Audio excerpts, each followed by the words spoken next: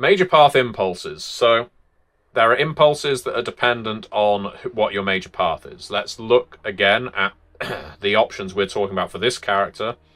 If you chose Primal Lineage as your major path, your impulse is you shift into a protean creature rapidly changing size, form, elements, claws, and teeth with an impulse for destruction. Act to impose the mortally wounded status effect or reduce their injuries to 0 on a victim to fight back. So, able to fight back, I should say. So, basically, you have to pick on someone who can fight against you and reduce them to 0 injuries or mortally wound them. This is a big deal.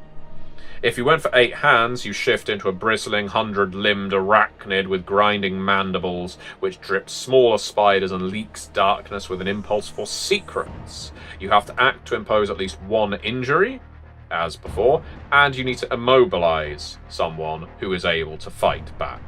So, paralyze them, restrain them. It's not quite as harsh, let's say, but what you're trying to do is ensnare them so that you can extract secrets from them. Once you are able to do this, you can turn back. Your damnation is over.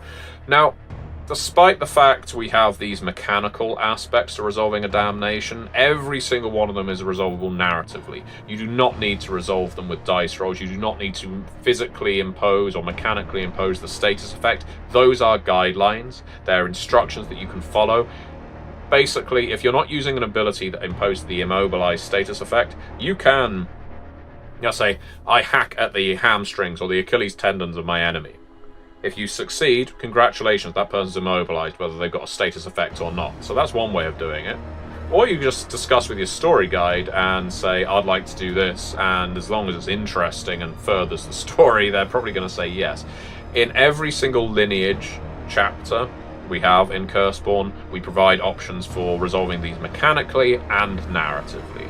Because one of the main pieces of feedback we received from the Curseborne manuscript when we did the Kickstarter was a lot of people wanted narrative, a lot of people wanted mechanical, and the game was leaning heavily narrative. Now we have both. So you can use either, but don't feel compelled to use both at all times. The whole point is we want to provide you with options without bogging you down.